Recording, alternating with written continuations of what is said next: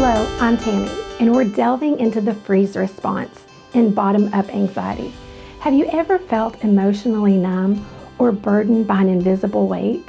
That might be the freeze response. Stick around for Molly to recap bottom-up anxiety, and Shauna's going to share her experience on how she found peace again. Do you recognize moments of emotional detachment or breathlessness in your own story? It could be that freeze response. Stay tuned for insights and a sneak peek at a coping strategy. Let's us unravel the freeze response together as we join the conversation during the Journey of Restoration roundtable discussion.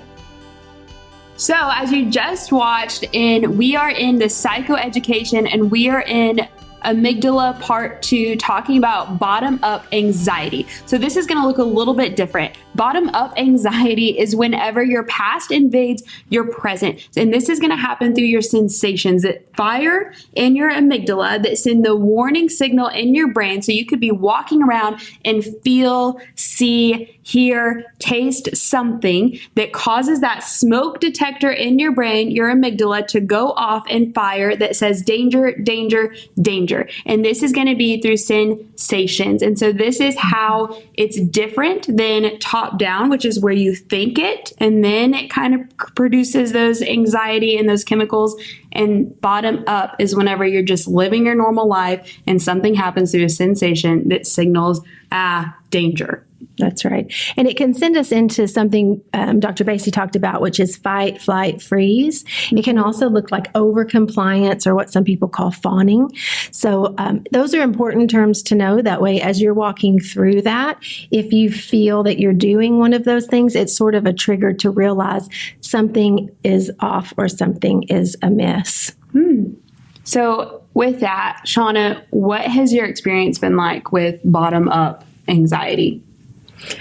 Yes, well, I would say it was the freeze response to that my amygdala was firing. I realized one night when I was in bed sleeping that I was holding my breath and frozen in the same position, not moving on purpose. And every person in the house was asleep. The dog was asleep. We were safe. Nothing was happening. And so that's when I knew that this isn't right. This isn't natural. And so I asked Jesus, what is this all about? And he showed me my childhood bedroom. And I was in my bed, frozen, holding my breath, not moving, because my parents were fighting outside of the house. My door was shut.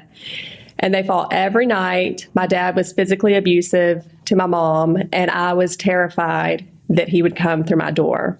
And so that was the scene that Jesus took me back to. And when I asked him, "Where were you, Jesus?" he showed me on the other side of the door. He was standing there holding a sword and guarding my room. Wow. Yeah. And he just told me it wasn't anything you did. It wasn't from freezing that kept you safe. It wasn't from holding your breath, being so still and not making noise. It was me all along.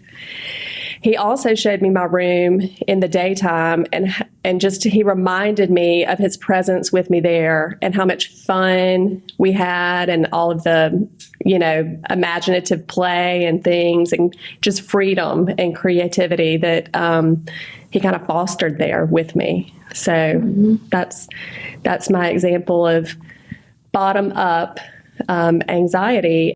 And so thinking back, once he revealed that to me and showed me that that's where that was coming from, thinking back, I think every night I would have anxiety, but not really be aware of it, that it was happening.